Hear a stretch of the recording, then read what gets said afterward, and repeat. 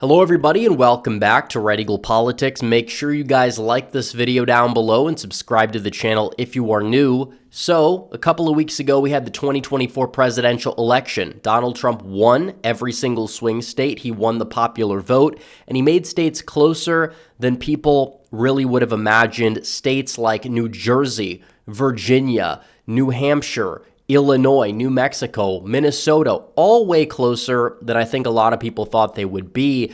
And it kind of begs the question, what would have happened if Donald Trump was running against Joe Biden? And I mentioned doing this prediction in my previous video. I got dozens upon dozens of comments saying, make the video. So we're going to make it. And the question is, how big could Trump's victory have been? Because people really forget that they threw everything they possibly could at Donald Trump, from indictments to convictions to, impeachments to 9 years of hoaxes. The guy even survived 2 assassination attempts.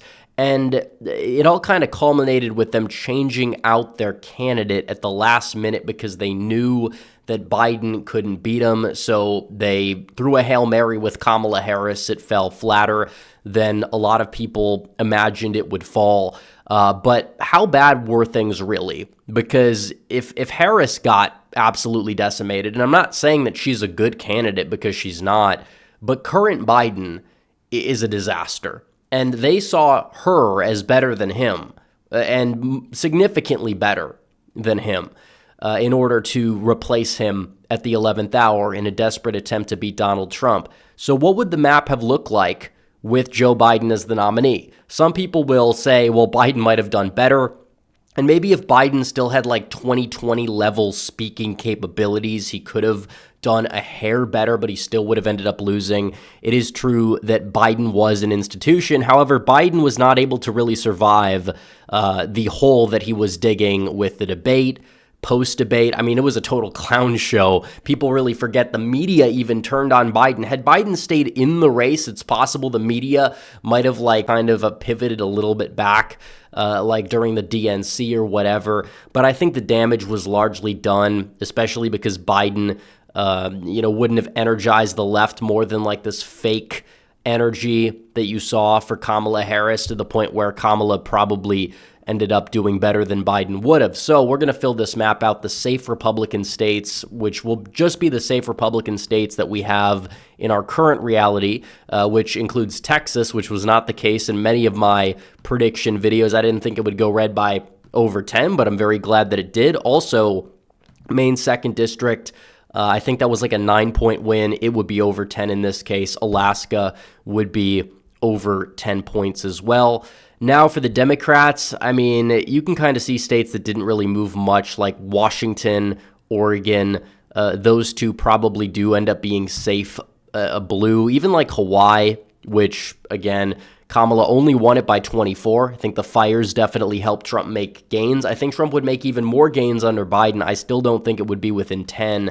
So you have that. California as well. I think that it could have been like 55-42. And a lot of that is driven by lower turnout on the left. Also, higher third-party vote share as well, probably in the mix too. So California, I think California would go blue by over 10. Also Maine's 1st District, Massachusetts, and I believe Delaware. That might be one of the very few states where Biden would have outran Harris just because he's from there.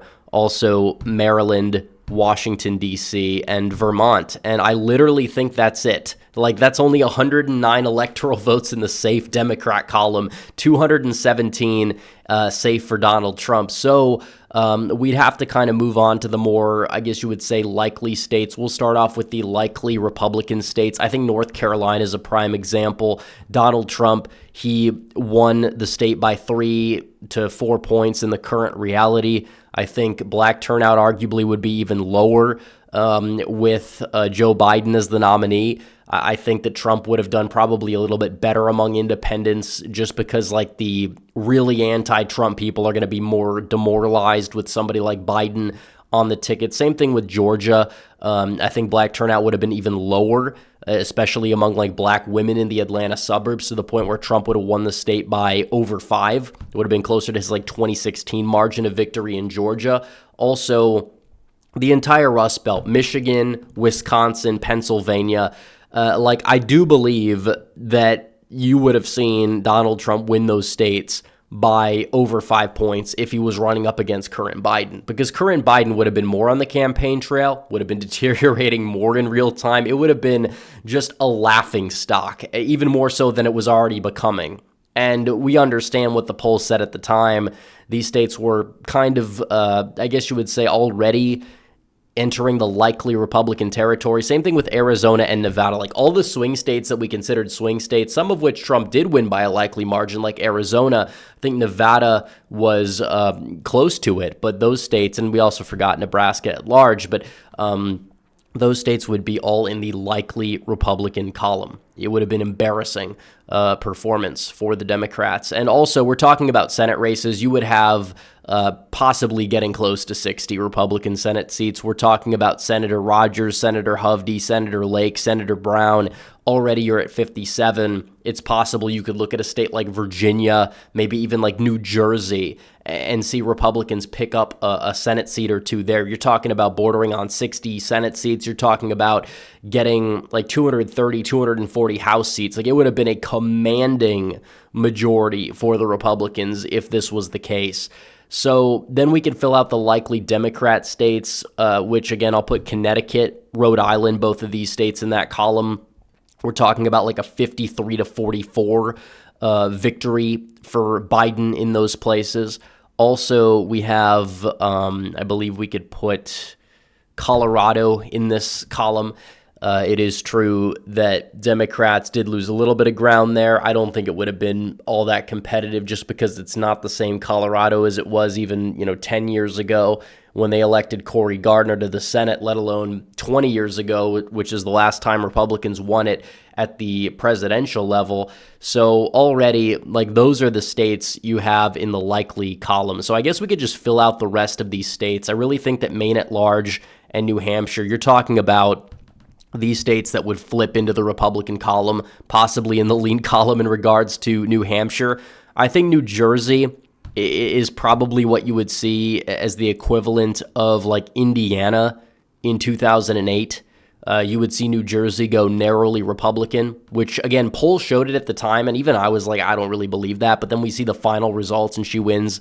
I believe the end result in New Jersey was a 5.9% victory. I actually think Biden could have underran her in New Jersey. I think Virginia would have been arguably close to lean R. Because think of it, Trump would spend more resources down the stretch in New York, Illinois, New Jersey, Virginia. I'm not saying he'd win all of those states, but he'd win a lot of them. I think Nebraska's second, which already was close in this reality, would have gone into the Republican column. So then we have 4 states left: New York, Illinois, Minnesota, and New Mexico. Illinois is interesting. Cook County definitely moved right a lot. I think the final result was a 10.6% win for Kamala Harris. A lot of that has, coming from these late drops, and we kind of see that. I think Illinois still would have gone to Biden. I think it would have been very, very close compared to, a lot of people's expectations for the state after 2020, obviously, let alone what people expected going into this election. I thought Trump would fall short in the state by 14. He only lost it by around 10. I think it could be even within 5 with Biden at the top of the ticket there in the state of Illinois. I do think Republicans would have won in Minnesota. I don't think Tim Walz had really any positive impact for Harris, but I just believe that you take you take Harris off the ticket, put Biden back on.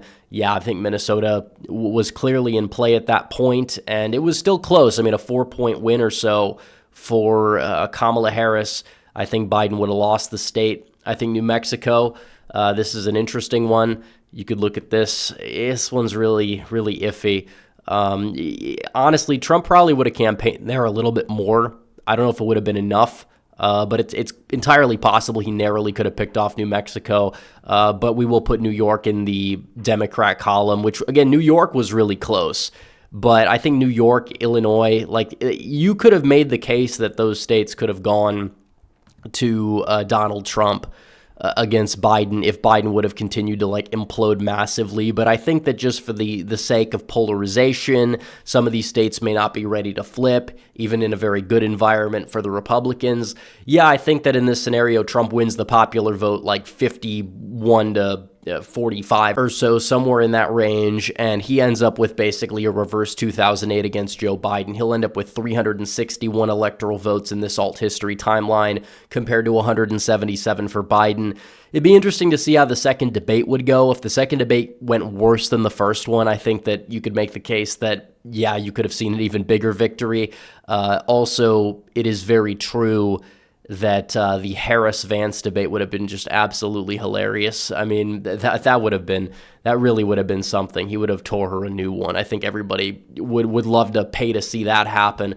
But either way, it doesn't really matter. Trump won in the current reality, but in the alternative reality, it's very possible that if they kept in Biden, that he'd end up with like 58, 59 Senate seats. He'd end up with a resounding House majority. And I feel like that's why a lot of the Democrats were forcing out Biden, because they feared this outcome, especially for the down ballot races. Like I've always said, Harris was not a serious candidate. She was a Democrat turnout operation. Did she save them any chamber of Congress? No. I mean, the Senate still went Republican. The House still went Republican. But did she save them a decent amount of seats in both of those chambers just by virtue of not being Biden? It's entirely possible. Let me know what you guys think about the election in the alternative reality. I'd like to hear the takes of people that somehow think Biden would have done better. And if you think states like New York or Illinois would have been even closer, I'd like to hear why you guys think that as well. But anyways, guys, make sure you guys like this video down below, comment down below, subscribe to the channel, hit the bell for notifications so you never miss another video. Follow me on social media. The links are all in the description down below, and I will see you guys in the next one. Red Eagle, out.